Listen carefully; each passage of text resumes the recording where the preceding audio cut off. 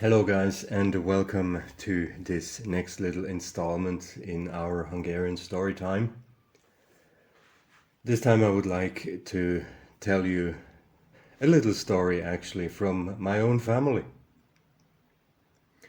So, I mentioned in another video that I personally know an animal hoarder, and I've been thinking about making a video about this person for quite a while now, but I haven't done it because, I thought it's not very classy because of privacy reasons, and I didn't really want to go on about that person and or that person's private matters or private problems, mental issues. But actually, that person has pissed me off so much today that I thought, what the heck? And I'm going to make that video anyway. So that animal hoarder that I'm referring to is actually my own sister. So I have a sister, she's a few years older than I am. And as you know, our family moved to Switzerland when I was very young. I was just a few years old. So I grew up in Switzerland and our family actually lived in Switzerland for quite a while. Now, my parents came back to Hungary after retirement, and I came here 2 years ago. My sister, she stayed in Switzerland. She used to be married, actually, and she has a son. So my nephew, he's 22 years old now, and he's actually a pretty cool guy. I get along with him very well. He's a very smart young guy, which he certainly did not inherit from his mom. But anyway, now my sister, she stayed in Switzerland, and she always had a bit of a difficult relationship with everybody in the family. And I mean, we don't really have to go into that. I mean, I can tell you one thing, that it's also like a large fault of my parents that they did with us the classical Hungarian upbringing, which is actually still practiced today. So the girls, basically, if you have a girl, then the girls are being treated like princesses by their parents. So they're absolutely spoiled, and if they have a problem or if they're upset or if they want something, then everybody comes running, and everybody's trying to accommodate the little princess and to cater to her feelings, while the boys, they're being brought up, usually by slapping them in the face when they want something, or when they are upset or have a problem or something, then they're just being told to deal with it themselves. So you can think about gender roles whatever you want. I mean, I'm pretty conservative myself, but what is going on here is pretty absurd. So this kind of gender role is just absolutely stupid. And my parents, they did the exact same thing. So my sister, the older one, she was always the little princess. She could do whatever she wanted.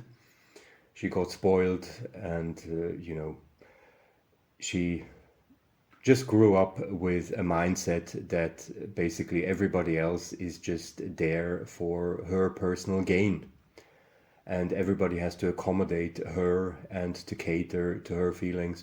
And if you don't do that, and if you actually try to, how should I say, try to tell her or try to teach her that you also have a life and you also have rights, and you're not just there to fulfill her wishes, then she usually just, she just cuts off ties with everybody who is not catering to her needs. So anyway, that was just kind of the introduction. I'm sorry to go on about that for so long. Now the backstory here is, as I said, my sister, she used to be married, but she's not married anymore. Her husband, he was actually a pretty cool guy. He was Swiss, and I was always very fascinated, and I always admired him that he could actually take my sister's escapades and deal with her insanities. But at some point he couldn't take it either anymore, and they separated. And yeah, she has now, for a few years, she's had a new boyfriend, a guy who is, I think, more than 10 years younger than she is.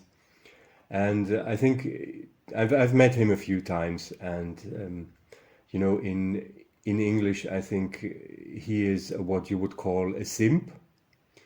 So he's an absolute simp, and basically, it's when you see their relationship, it's just extremely sad and really cringe, because it's totally obvious in the first 10 minutes that she basically thinks that she's some kind of emperor who just has to issue the orders, and it's his job to carry her orders out.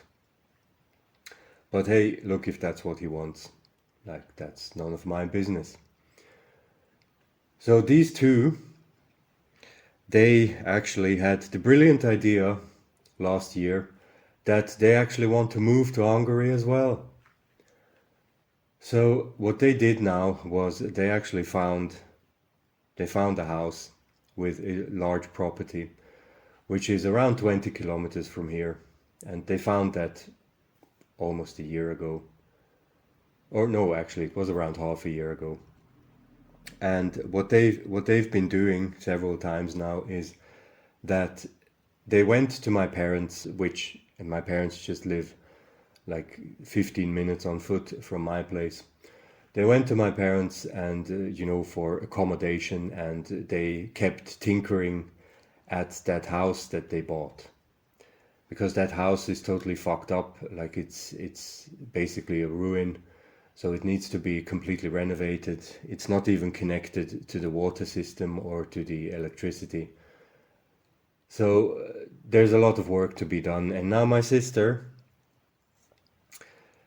the thing is, with the animal hoarding, is that after she was around, I would say 35 or 40 years old, and after her failed marriage, and after realizing that it's not the entire world's job to cater to her needs, she just decided that humans are just terrible. Humans are terrible because they're not doing what I want them to do. And it's actually interesting that this is not the first time that I see that. And you often see that with, like, why is it always these women? I mean, sorry to the women listening, but I'm not talking about all women, but there seems to be a specific group of women who it's usually these kind of post-divorce but pre-menopause women who just kind of got a bad upbringing and who are really entitled, and then at some point they just decide that humanity is terrible and let's just turn to animals. Let's turn to animals, because with animals you can do whatever you want and they will still be grateful. And that's exactly what my sister did. She basically lost all her friends. I don't know any of her old friends that she would actually still be in touch with. So, like, she has alienated everybody, and she has started to hoard animals. So she has so many animals now that I lost count. After she started out with cats, then she bought some turtles, and then she bought some I think it was rabbits, and then she went on to dogs, and then I kind of lost count. So I don't know how many animals she has now, but it's definitely like above 20, I think. And she also, like, the absolute main the main area of interest are, of course, the mutts.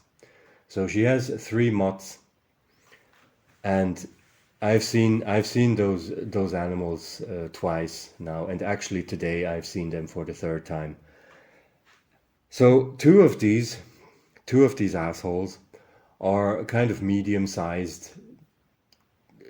Yeah, whatever. I don't know what breed they are. I just really don't care. Some mutts. Like it's not some pure breed. It's just mutts, from they're all rescue dogs, all rescue dogs, of course. Talking about the virtue signaling, but yeah, so two of them are kind of medium-sized, and one of them is actually pretty big, and that one is actually a rescued stray dog. So she rescued that dog from some other country, like I don't know, I think it was Egypt. They have these animal rights organizations there where, these organizations, I don't know, you probably have that in the United States as well, or perhaps where you live. Like here around the Mediterranean here, there are quite a number of poor countries with loads of stray animals, like cats and dogs especially. And there are loads of animal, rights organizations that you can contact. And these organizations specialize in rich Europeans that just want to, they want to save the world, and that have a lot of money. So they adopt some stray dog from the streets of Cairo, or whatever, Tunis or Athens, or you know Turkish cities, whatever. And yeah, my sister was one of them. She adopted some stray mutt, and it was like 3 or 4 months of paperwork until they could actually fly that mutt to Switzerland to her. And that mutt has only 3 legs. So yeah, that was the main reason why she of course rescued that one, because yeah, the poor puppy. And that thing is actually now pretty big. So yeah, anyway, that's these are her mutts. Now I can just tell you one little story that my parents told me, how stuff is happen or what stuff is happening when my sister and her boyfriend and the 3 mutts are there. So their mutts, they got absolutely no training whatsoever. Like not even 5 minutes. I mean, they've never received any training. My sister is all big about positive reinforcement and anti-authoritarian upbringing.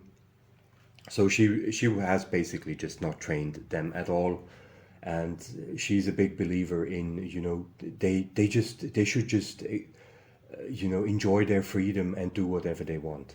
And that's exactly what they do. These 3 mutts are completely out of control. They they are loud. They are completely unruly. They have absolutely no sense of kind of where they are supposed to go and which areas of the house are off limits.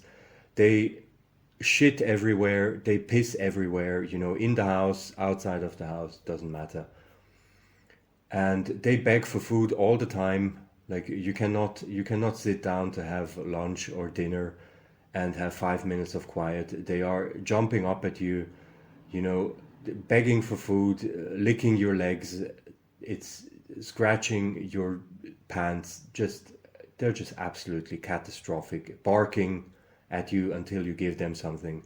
They're just absolutely catastrophic.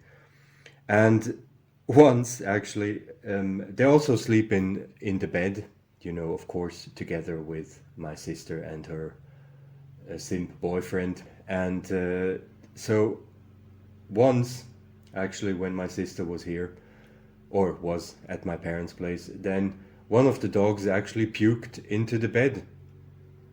And I mean, if that actually happened to me, with my pet, I would be so absolutely embarrassed that I would just remove the bed sheets and I would just wash all of it out. I would throw it in the washing machine, get everything cleaned up, and then just put it back the way it was. So, and just hope that nobody would notice.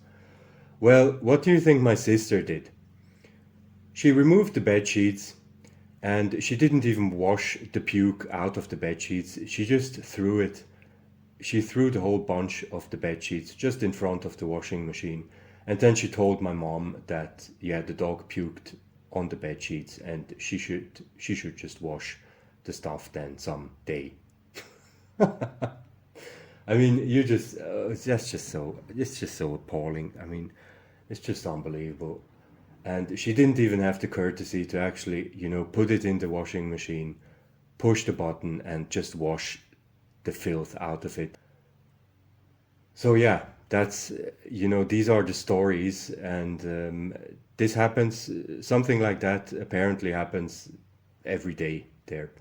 Once it's they piss somewhere, they shit somewhere, or they puke somewhere, and then it is my parents who are actually the ones who have to clean it up, because my sister, she's already so she has set her dirt tolerance bar so high that she just doesn't care anymore. I mean, I really don't want to know what their house looks like. I mean, she probably lets the dogs shit and piss everywhere, and probably once a week she just scrapes off the shit and probably throws it in her own garden. So that's the level of filth that you actually have to expect there. Now, the thing is that right now they are actually here at my parents' place, which is not too far from mine, as I said. It's around, yeah, 1.5 kilometers here. And my parents are 80 years old. Both of them have high blood pressure. My dad is right now actually in hospital because he had a small stroke. It's not too serious, nothing too serious. It was recognized pretty quickly, and he's probably he's probably going to be well in a few days again. He'll probably have to do a few weeks of rehabilitation and exercise, but hey, anyway, he's at hospital. Now my sister and her simp boyfriend, they have been here now for 2 weeks. And what they do is they get up in the morning, then my mom has to make them breakfast. Like they're not able to just go to the shops and get some fresh bread or anything. No, it's my mom has to do it. She has to prepare breakfast for them. Then they pack up their stuff, they go to their house, which is 20 kilometers away from here, and they tinker around with their renovations. They leave the mutts with my parents, and then in the evening they come back to my parents' place. Expect dinner to be ready. Dinner and dessert, actually. That seems to be an important point. So dessert has to be ready as well. And yeah, then next day repeat. For myself, I actually am not really on speaking terms with my sister anymore because, hey, look, yeah, I mean, I just can't stand her. I mean, I just admit it. I just can't stand her. I get along much better with my parents actually, and yeah, but you can draw your own conclusions now. The thing is that, as I said, my father is at hospital right now, so my mother is by herself, and my mom has problems with her hips, so she she has been in need of a hip replacement for quite a while now. Now that she should have undergone surgery already like 3 years ago, but then we had COVID, so the the hospitals here didn't do any unnecessary surgeries or non-life um, life saving surgeries. So she would actually need a hip replacement, and it means that she has trouble walking. She can walk for perhaps 100 meters, but then she is in pain and she has to sit down for about 10 minutes. and then she can walk another 50 meters, but then it's kind of finished. So she has to run around now and, take care of my sister and her dumb boyfriend. But she asked me, so my mom asked me to go to a restaurant here. In the restaurants here, you can usually just drop by, at lunchtime. You can take some boxes with you, and they usually have some kind of a menu, like a lunch menu, and they have the same for dinner. That they can just put the stuff in the boxes, and you can take it with you, to work, or you can take it home. So she asked me if I could do that, so that I would just go to the restaurant, fill a few boxes, so that she doesn't have to cook and she doesn't have to move too much, because she's already stressed out enough. So I did that today. I went to a restaurant, picked up the food, and cycled to their place because my sister wasn't there. I mean, they left to go renovate their house. So I dropped by. And as soon as I arrived at my parents' house, then of course I got attacked by the three mutts, behind the gate. All of them immediately just started lunging at me. And then my mother, with much difficulty, she came out of the house and went to the gate and opened the gate. And we had to be careful, that the dogs are not going to escape through the gate. And then I actually realized that, they just left the dogs there and, alone with our mom, which is 80 years old and can absolutely not defend herself. Now, one of these dogs is the one with the 3 legs. That's actually a pretty big one, and that's the rescue stray dog. Now, that one is about as big as a German Shepherd, and the other 2, I mean, yeah, they're medium-sized. Now, we all know, all of us, we all know these videos about, stray dogs attacking people, and the dogs, these stray dogs, they're usually not that big. So it's not really the size that is important here, but it's the numbers. I mean, if you have 3 or 4 or 5 or 10 of these dogs and they all decide to attack you at the same time, I mean, you stand no chance. They don't have to be big for that. And then I just noticed that actually our mom is actually alone with these 3 dogs. She can definitely not defend herself. She wouldn't even know how. And I thought, what's going to happen when she gets attacked? Well, she would just be killed.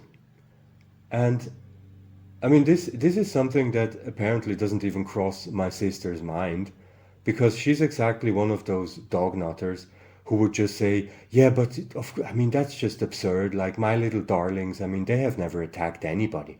They have no potential for aggression at all, of course. She's exactly one of these pea-brained morons who would just conclude that, yeah, her dogs are harmless because they've never attacked her. And I've been thinking all day now, actually, how totally absurd this actually is. That these 2 idiots, they just leave their 3 mutts there with an 80-year-old woman. And it's just, I mean, this is so stupid. This is just totally stupid. And yeah, so my dad is at hospital, and yeah, my mom is by herself with 3 potentially dangerous mutts. And my sister doesn't give a shit. Like, she just cares about her own affairs. And yeah, so that again is a brilliant little mutt story. So welcome to my glorious family. This is totally absurd. So anyway, that's what I wanted to tell you today, guys. Don't forget, stay away from dogs. They're all assholes. You take care now, and goodbye.